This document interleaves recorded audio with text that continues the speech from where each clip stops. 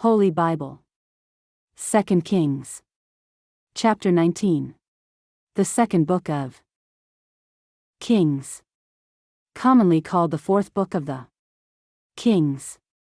Hezekiah seeks counsel from Isaiah to save Jerusalem. Isaiah prophesies the defeat of the Assyrians and the death of Sennacherib.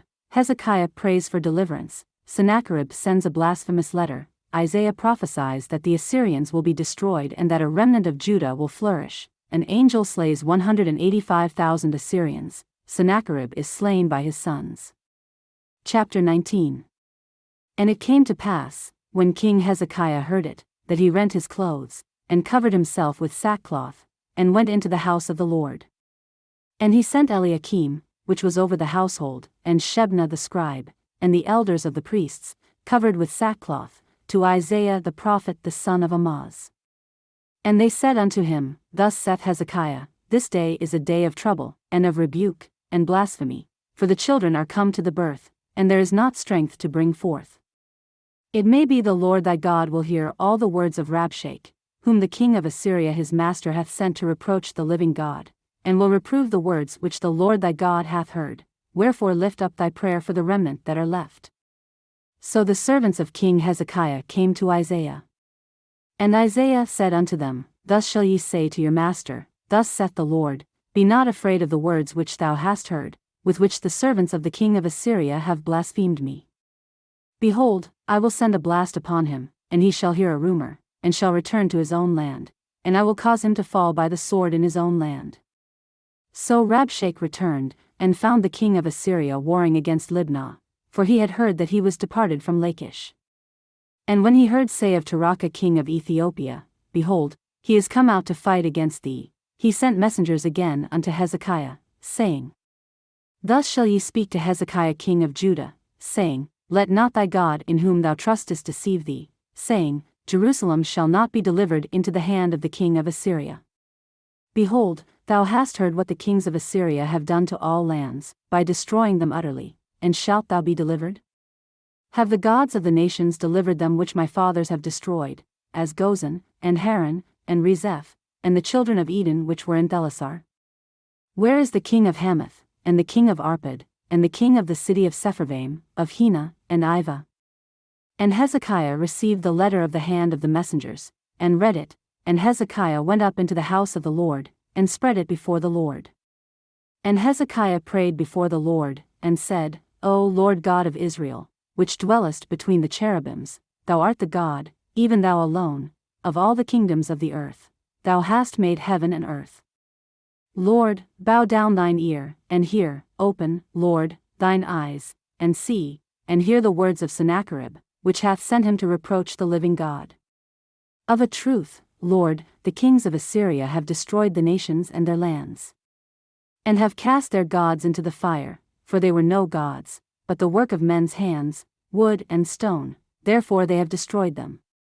Now therefore, O Lord our God, I beseech thee, save thou us out of his hand, that all the kingdoms of the earth may know that thou art the Lord God, even thou only.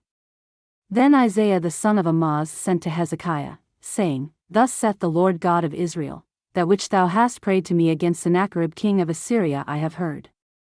This is the word that the Lord hath spoken concerning him. The virgin the daughter of Zion hath despised thee, and laughed thee to scorn, the daughter of Jerusalem hath shaken her head at thee. Whom hast thou reproached and blasphemed? And against whom hast thou exalted thy voice, and lifted up thine eyes on high? Even against the Holy One of Israel. By thy messengers thou hast reproached the Lord, and hast said, With the multitude of my chariots I am come up to the height of the mountains, to the sides of Lebanon, and will cut down the tall cedar trees thereof, and the choice fir trees thereof, and I will enter into the lodgings of his borders, and into the forest of his Carmel. I have digged and drunk strange waters, and with the sole of my feet have I dried up all the rivers of besieged places. Hast thou not heard long ago how I have done it, and of ancient times that I have formed it? Now have I brought it to pass, that thou shouldest be to lay waste fenced cities into ruinous heaps. Therefore their inhabitants were of small power, they were dismayed and confounded, they were as the grass of the field, and as the green herb, as the grass on the housetops, and as corn blasted before it be grown up. But I know thy abode, and thy going out, and thy coming in, and thy rage against me.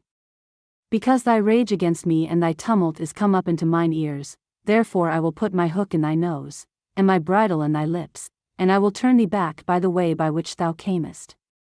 And this shall be a sign unto thee, ye shall eat this year such things as grow of themselves, and in the second year that which springeth of the same, and in the third year sow ye, and reap, and plant vineyards, and eat the fruits thereof.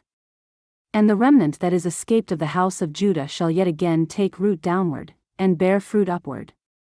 For out of Jerusalem shall go forth a remnant, and they that escape out of Mount Zion, the zeal of the Lord of hosts shall do this. Therefore thus saith the Lord concerning the king of Assyria, he shall not come into this city, nor shoot an arrow there, nor come before it with shield, nor cast a bank against it. By the way that he came, by the same shall he return, and shall not come into this city, saith the Lord. For I will defend this city, to save it, for mine own sake, and for my servant David's sake. And it came to pass that night, that the angel of the Lord went out, and smote in the camp of the Assyrians 185,000, and when they arose early in the morning, behold, they were all dead corpses.